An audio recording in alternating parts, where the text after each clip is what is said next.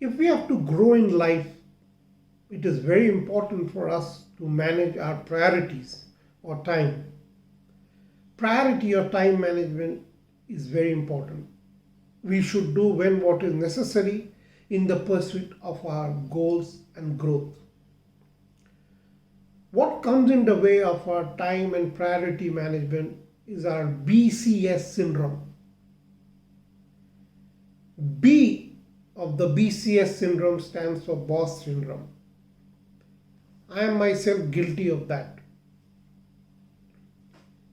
Whenever the boss gives some work, it becomes super urgent. We leave everything out. We just focus on that work. Our time management goes for a toss. Doesn't matter if it's important, not important. The boss might need it even after a week, it's okay, but we think it's priority. That's the boss syndrome. I'm guilty of that myself. I also thrust work like that on my teammates.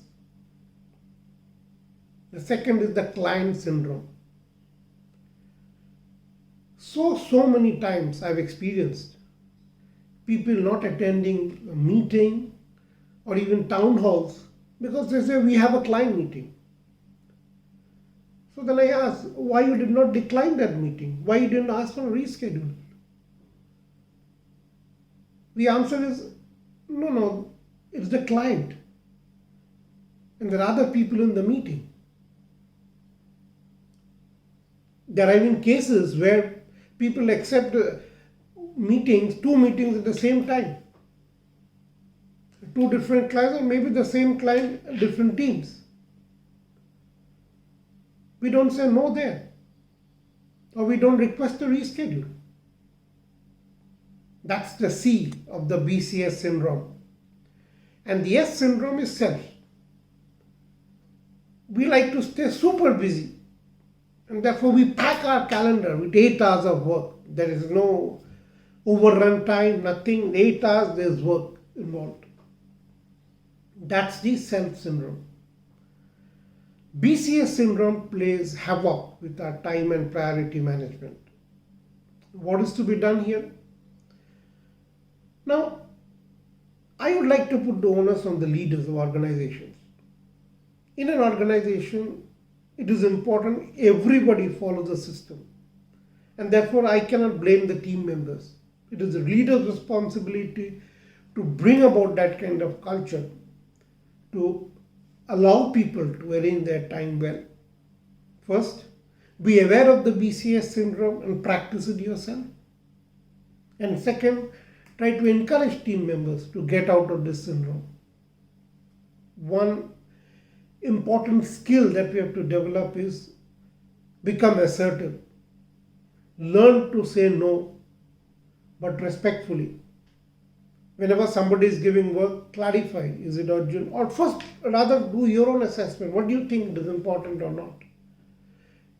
Then clarify. Then say, I'm doing something, can I give it to you after 2 days? This is something which is important. Learning to the art of saying no, but respectfully, and being aware of whether it is really important and what the other person really needs. Same with the client. I think it's an internal fear. If we can properly plan our calendar, I'm sure the client won't mind rescheduling. Everybody has work, everybody is busy. It's just that thought in us that we cannot do it or we are scared to do it. So leaders must encourage people to really say no when necessary, even to the clients, and back them up. That is important. And third is self.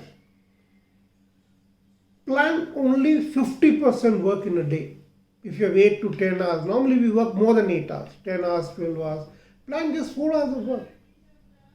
Life is uncertain. You don't know when what is going to come. Something urgent could come in, the boss could want, or even the client perhaps.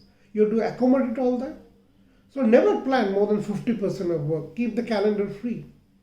That will also allow you time to think, retrospect, work out your action plans better, strategize. But every day something or the other will come up which is not planned. So you must have time for that. If these three are handled, I think we will be able to handle the BCS syndrome and manage our time and priority better. I would put the onus on the leaders and the organization to build that kind of culture. Yes, teammates individually need to do that, but in an organization context, it is the leaders. What has been your experience? I would love to hear your comments on this. Do you suffer from BCS syndrome?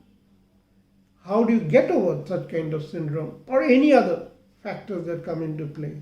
Please do share your comments. Thank you.